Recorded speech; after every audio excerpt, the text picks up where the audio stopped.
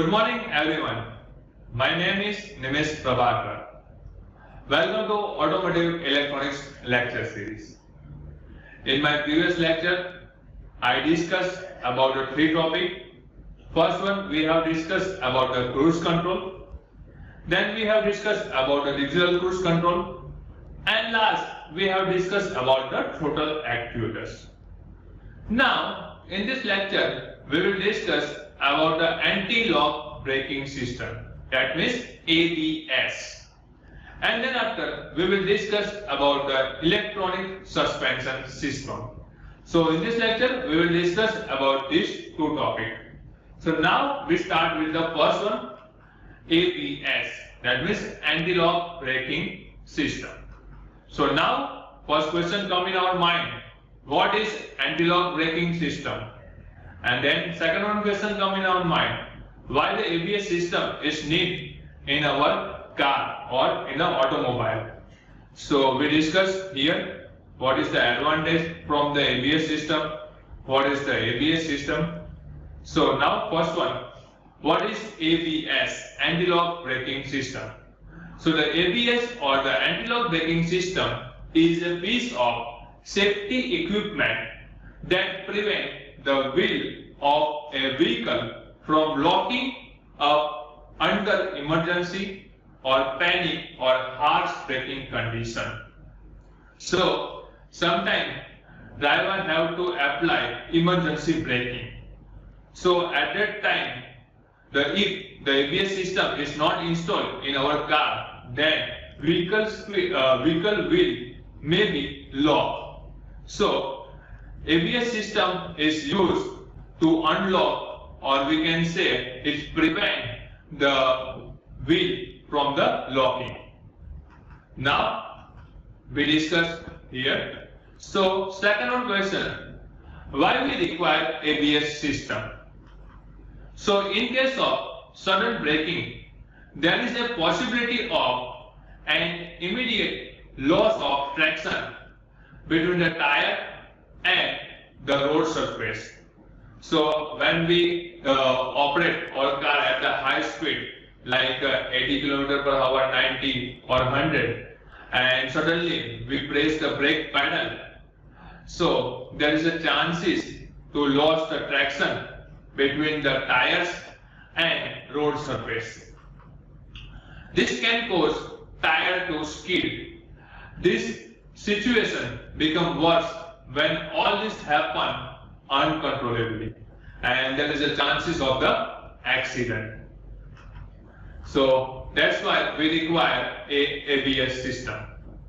Now we discuss about the construction of the ABS system. So here in this figure, this is the block diagram of ABS system. Now we understand. So starting at the top left corner, in the left hand side, we can see in the figure are the two hydraulic accumulator A1 and A2. We can see the A1 and A2. This is the accumulator which act as a pressure reservoir for hydraulic fluid. And below this is a modulator pump which is under computer control.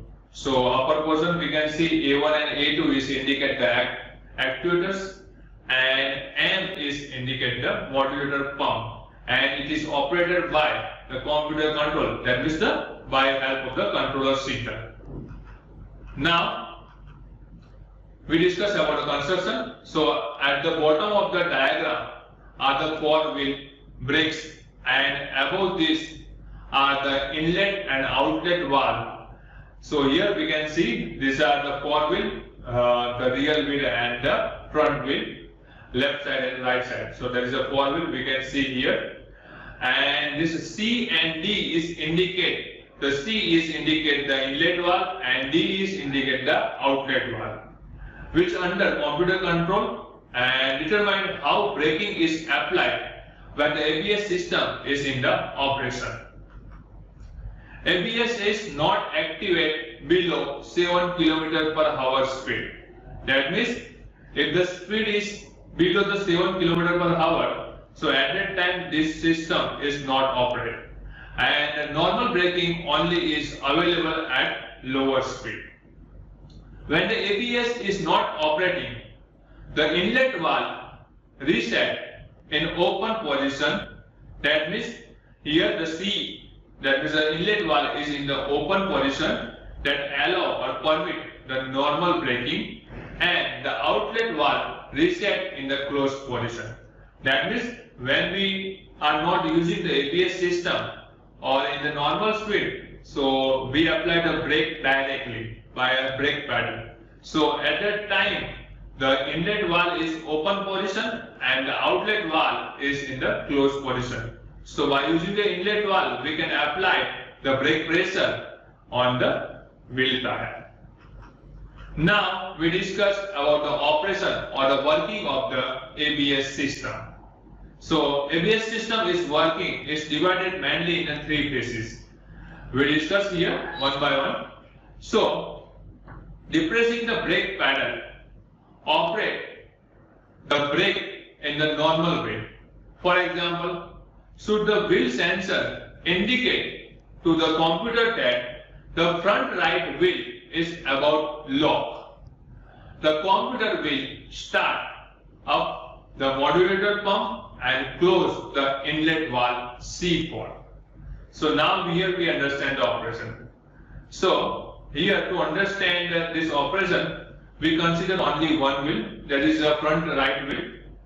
So when the driver suddenly press the brake pedal, so at that time the signal is sent by the brake pedal sensor to the controller, as well as the wheel is under the locking condition. So here we have condition, the front right wheel is in under locking condition. So at that time the computer will start and modulator pump start and close the inlet valve, that is the C4 valve will close. So this prevents the further pressure from reaching the right front panel. This is known as pressure retention phase. This is the first one phase. So in this phase the inlet valve is closed by the modulator pump, so the further pressure that is coming from the brake pedal side is not arrived at the wheel. Now we discuss second one phase. If the wheel lock up, the computer will register the fact and send a signal that will open the outlet valve D4 so that pressure is released. So here, if the wheel is in the locking position, so at that time the controller open the D4, that is the outlet valve. So outlet valve is open, then the pressure is released. So wheel is in the motion position. So this will result in some rotation of the right front wheel. This is known as the pressure reduction phase.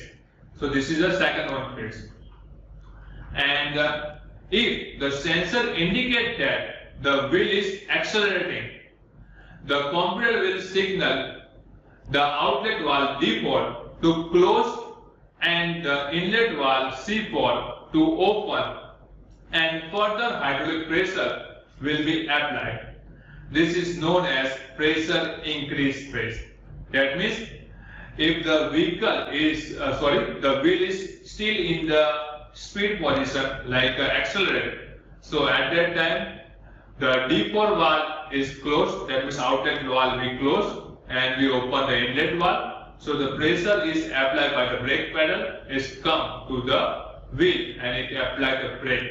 So that's why this phase is known as a pressure increase phase. In this phase we increase the pressure. So these three phases of the ABS braking, like pressure retention phase, pressure release phase and pressure increase, will continue until the thread of vehicle wheel lock has ceased or until the brake pedal is released. So this three phase is continuously working like pressure retention. So in this phase we will close the inlet valve, so the pressure is not enter and the wheel.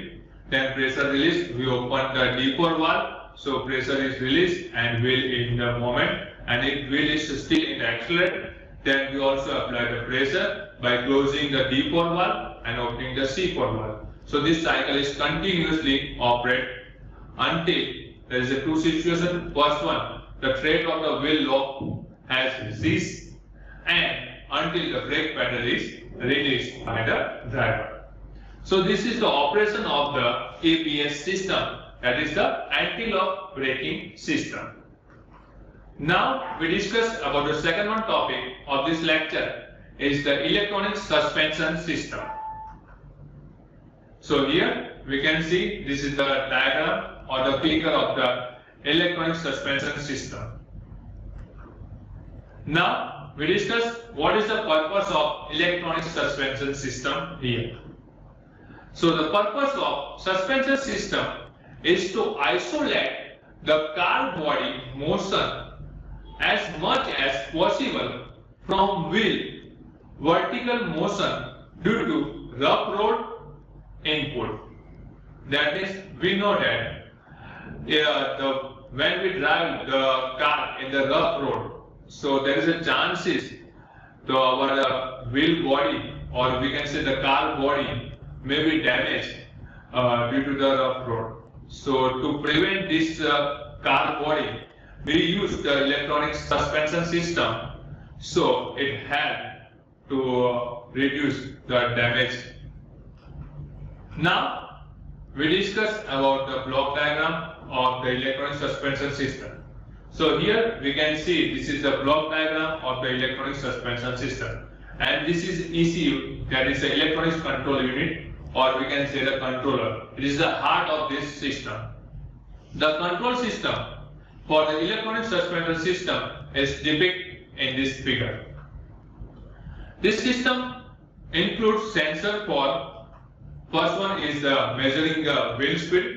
This is the measure the speed of the wheel, and steering input, that means the angular deflection of the steer wheel, that means we change the angle, so it is also necessary input.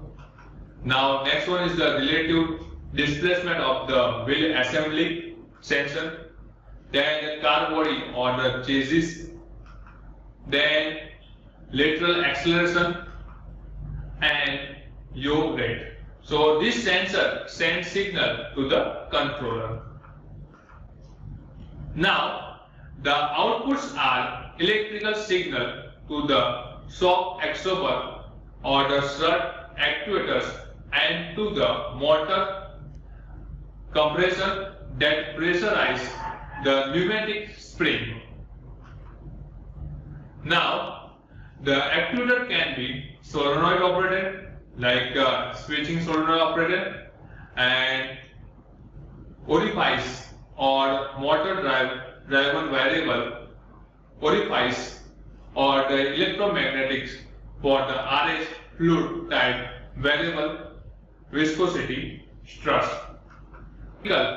May also be equipped with the automatic electronically operated brakes for the stability enhancement purpose. So this is the working of the electronic suspension system, and it controls the suspension system of the vehicle. So in this lecture we have discussed about the two topics. First one, we have discussed about the anti-lock braking system, and in the short form it is also known as the ABS.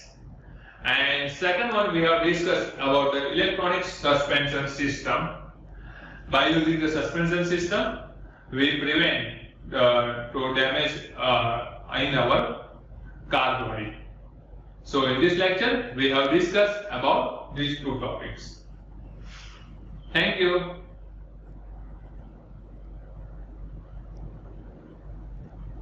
Hello and welcome to our channel Electronics and Communication Engineering. Congratulations to find us for learning. You are watching a lecture session on automotive electronics that has approx 15 sessions and more are coming up. We have more than 1200 sessions in various lecture series on courses for electronics and communication engineering. Watch it and learn. If you like it, share it, subscribe it and press bell icon to receive all updates on new session. Enjoy learning.